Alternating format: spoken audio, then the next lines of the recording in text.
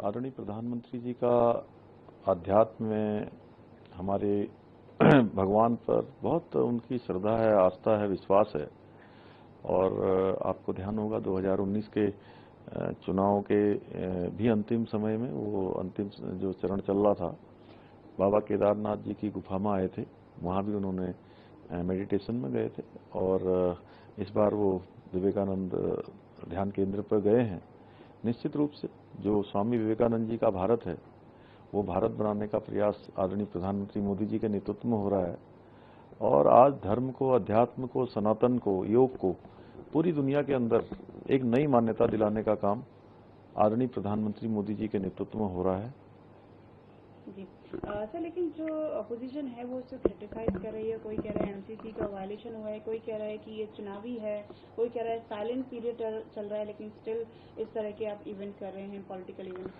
देखिए, चूंकि जो हमारा विपक्ष है वो पूरी तरह से अपना मानसिक संतुलन खो गया है, उनको अपनी हार निश्चित दिखाई दे रही है।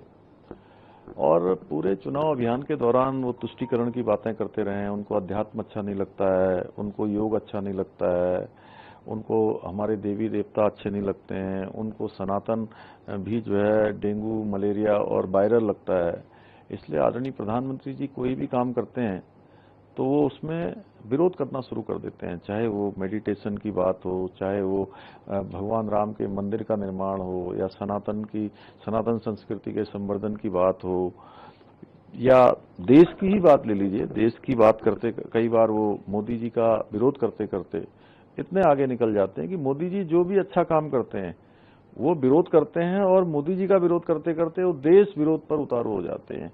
ये इनकी इस प्रकार की मानसिकता बन गई है। जी सर, एक आखिरी सवाल। केदारनाथ धाम की यात्रा चल रही है और उसको देखते हुए एक इनिशिएटिव लिया गया है, एक थार को वहाँ उतारा गया है हेलीपैड से और मंदिर तक जो है, जो जिनको ज़रूरत है, चाहे वो बूढ़े हों, चाहे कोई नीडी हो, उन लोग को जो है उससे यूजफुल रहेगा। देखिए, चूंकि जो हमारे बुजुर्ग हैं, शारीरिक रूप से कमजोर हैं, उनकी सुविधा के लिए, चूंकि उनकी यात्रा आसानी से हो, उनको कम से कम परेशानी हो, इसलिए प्रावधान किए गए हैं।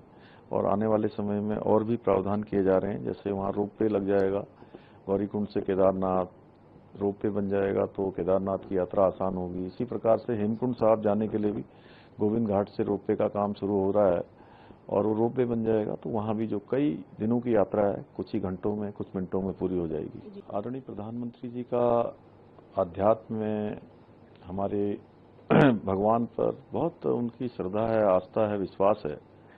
और आपको ध्यान होगा 2019 के चुनाव के भी अंतिम समय में वो अंतिम जो चरण चल रहा था, बाबा केदारनाथ जी की गुफा में आए थे।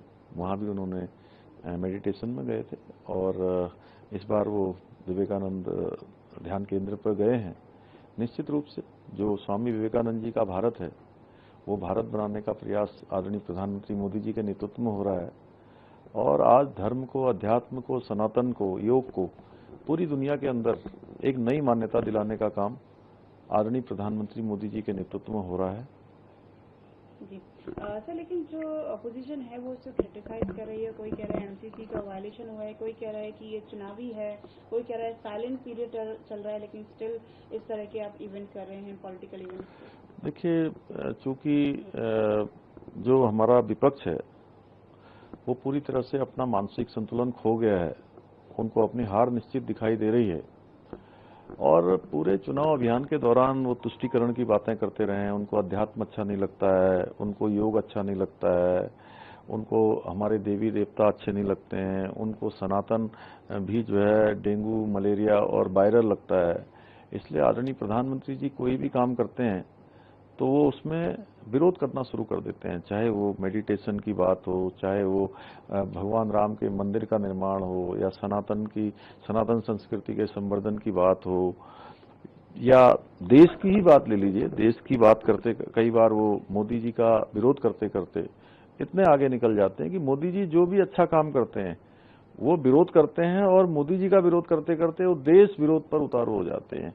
ये इनकी इस प्रकार की मानसिकता बन गई है। जी सर, सर एक आखिरी सवाल, केदारनाथ धाम की यात्रा चल रही है और उसको देखते हुए एक इनिशिएटिव लिया गया है, एक थार को वहां उतारा गया है हेलीपैड से और मंदिर तक जो है जो जिनको जरूरत है, चाहे वो बूढ़े हों चाहे कोई नीडी हो, उन लोग को जो है उससे यूजफुल रहेगा। देखिए, चूंकि जो हमारे बुजुर्ग हैं, शारीरिक रूप से कमजोर हैं, उनकी सुविधा के लिए, चूंकि उनकी यात्रा आसानी से हो, उनको कम से कम परेशानी हो, इसलिए प्रावधान किए गए हैं और आने वाले समय में और भी प्रावधान किए जा रहे हैं। जैसे वहाँ रोपवे लग जाएगा, गौरीकुंड से केदारनाथ रोपवे बन जाएगा तो केदारनाथ की यात्रा आसान होगी। इसी प्रकार से हेमकुंड साहब जाने के लिए भी गोविंद घाट से रोपवे का काम शुरू हो रहा है और वो रोपवे बन जाएगा तो वहाँ भी जो कई दिनों की यात्रा है, कुछ ही घंटों में, कुछ मिनटों में पूरी हो जाएगी।